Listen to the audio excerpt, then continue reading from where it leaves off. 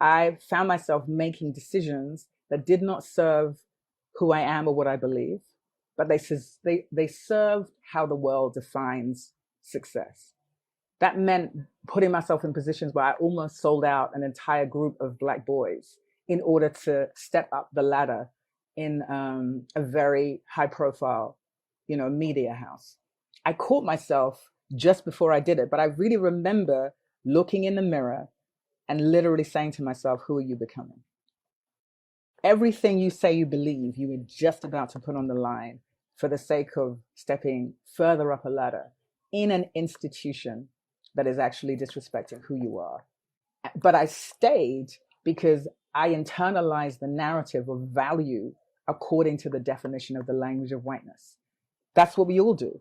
And so unlearning it meant for me, the beginning of learning it was leaving not just the job. I ended up leaving the country because for me, Britain's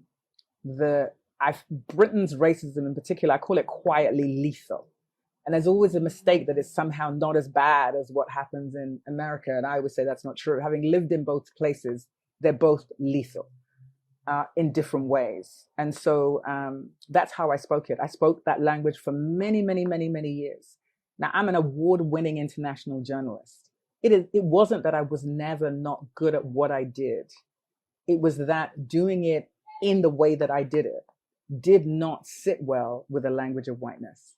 And so stories specifically about the communities that I'm interested in, Black communities, Black women, brown communities, required a lens that always served whiteness. So what happens if the lens challenges that? What happens if the lens serves Blackness?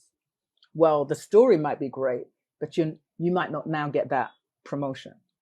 You might not move further along in that company. That's a choice I was faced with. And I made decisions about moving up. And in making those decisions, I lost parts of myself. Regaining that was work. It was painful. It hurt. I was resentful. I was angry. I felt betrayed. I felt ashamed. Working through all of those feelings to then say, what? You're going to have to decenter whiteness. What does that mean for me? It means I'm going to have to transform the entire way that I do this work, because I am not interested in being a reactionary storyteller, but I'm also not interested in not being successful. That's why this is about honesty. It's not about pretending there's some kumbaya way to do it. It's messy. The shit is messy because emotions are messy. That's why we say that it's about an ongoing practice, not a one and done. You tick a box, I've done this, and now I keep going. You will be practicing emotional justice. I will be practicing unlearning whiteness until the end of my days.